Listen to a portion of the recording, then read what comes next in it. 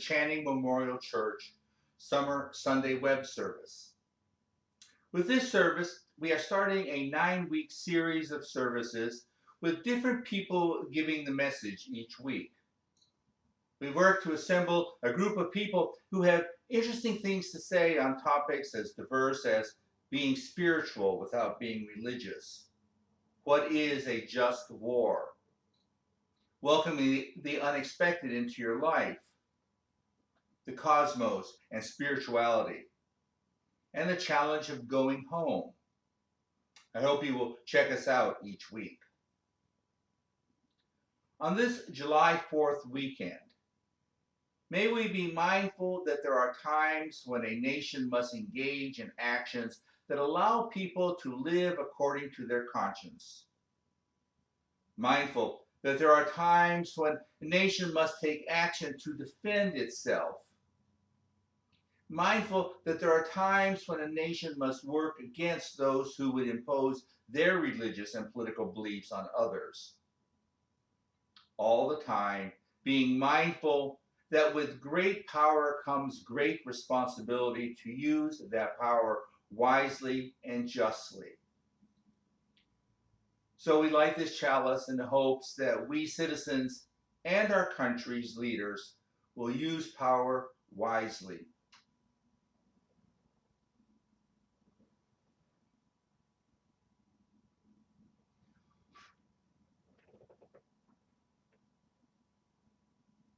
This summer, the Channing Memorial Church's music director, Janet Grant, will be providing most of the music. Shall we now sit back and listen to Janet play the prelude for today's service?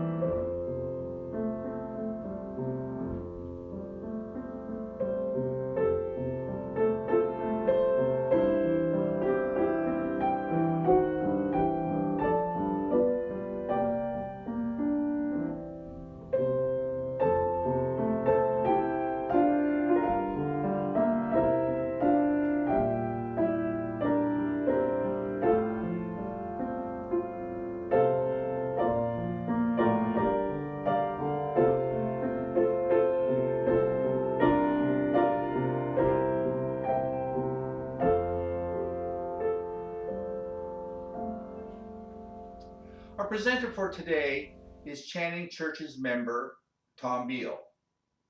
Tom has been a church member since January 2001. He holds the rank of captain retired from the U.S. Navy. He served 25 years with the Navy that included 2 commands.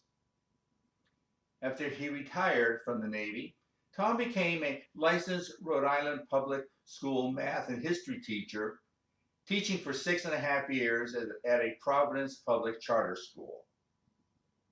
He was the president of Channing Church from 2006 to 2008. Tom is currently a PhD student at Salve Regina University in Newport. I present to you Tom Beall. Good morning. I was going to talk this morning about just war, specifically recent actions by our government to forgive and even praise violation of the laws of war by American servicemen.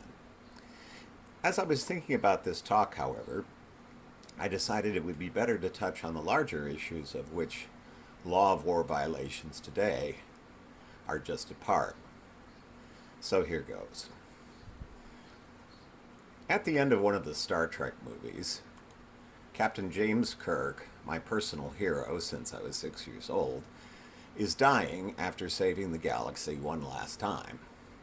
As he lays dying, Kirk asks his comrade, "Did we make a difference?" As I've probably said before, making a difference is one of my core values. It is why I joined the Navy and why I became a public school teacher. It has been a challenge that has cost me, but it has also been intensely rewarding. Recalling my service at Guantanamo, I know it was one of the happiest times in my life because I was really making a difference. Making a difference is also why I joined Channing. Feeling angry and powerless in the face of the monumental injustice of the Iraq War, I was looking for a place where like-minded people not only felt as I did, but wanted to make a difference. Channing and the broader UU movement have always had that potential. And yet, I'm increasingly heartbroken at the state of the country I served for so many years. I am disgusted with the selfishness of so many of our fellow countrymen. I am appalled at the amoral leadership of our president and his people. Being a UU isn't helping. Now, this is probably where I'll get into trouble. Some of us don't care to talk politics in church. We value spiritual growth, learning, and fellowship, among other things. Believe me, I get that. My time as a Channing leader was about building bridges. I created Hot Topics in 2004 to diffuse conflict over the Iraq War. I led the last major visioning process, which was designed to give everyone a voice to their own hopes and dreams for Channing, as we grappled with whether to invest so much money and time rebuilding the steeple and continuing to restore the sanctuary. Throughout all of that, I kept my opinions to myself and tried to be the honest broker, because I know that the success of this congregation rests on consensus and conflict resolution. Given that, I didn't care much then, nor do I care much now about property restoration. Therefore, I think I lived up to my obligation as a leader and honest broker during that time by keeping that opinion to myself. Just because I get it, though, doesn't mean I have to accept it. My opinion counts for no more or no less than anyone else's, even as I have been asked to put aside that opinion to lead a canvass or sit on the board.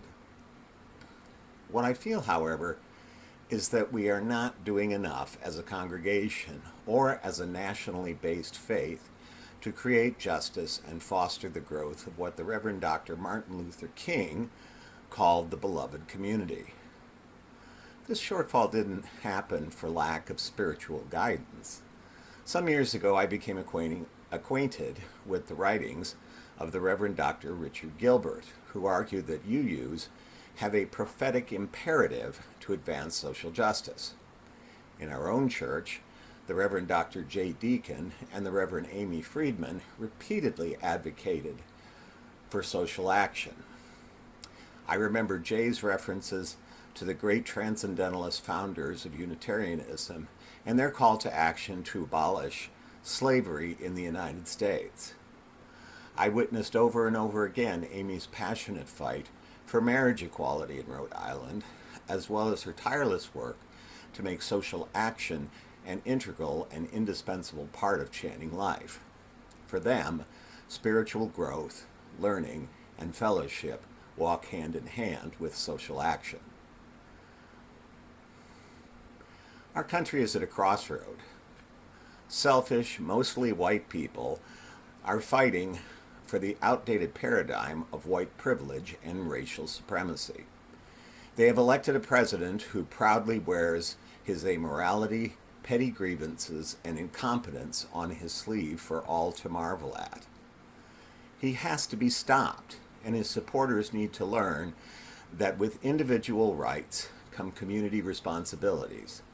And it is that duality that made America great and will make America great again. For me, this isn't about partisan politics. I hated President George W. Bush for his Iraq War. Then in 2007, I heard him speak at the Naval War College about his new Iraq strategy, which he called the Surge. I was sitting only 3 rows from him, so I not only heard him, but could see his face and witness his body language.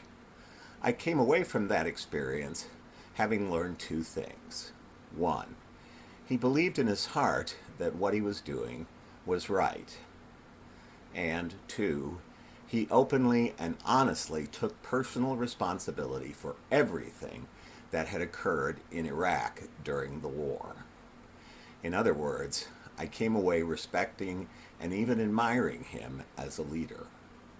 This was a president I could support, even as I still disagreed with him.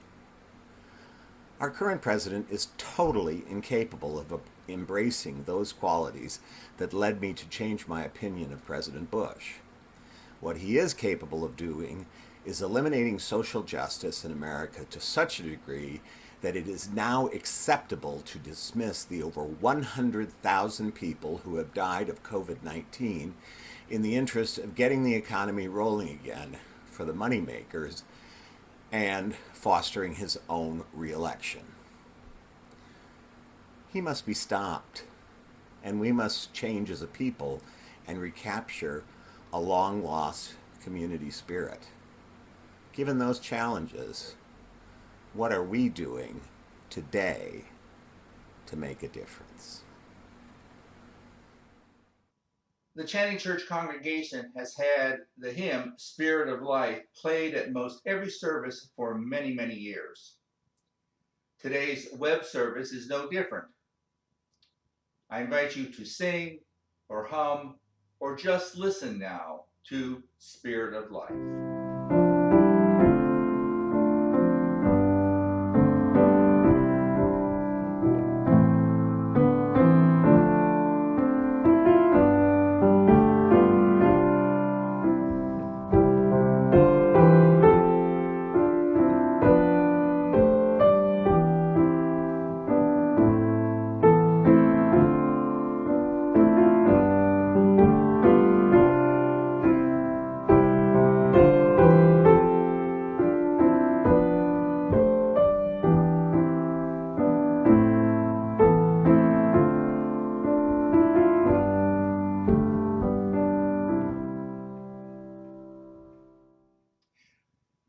As we each go about our days, may we be ever mindful of the worth and dignity of all people, even those with whom we may be in disagreement.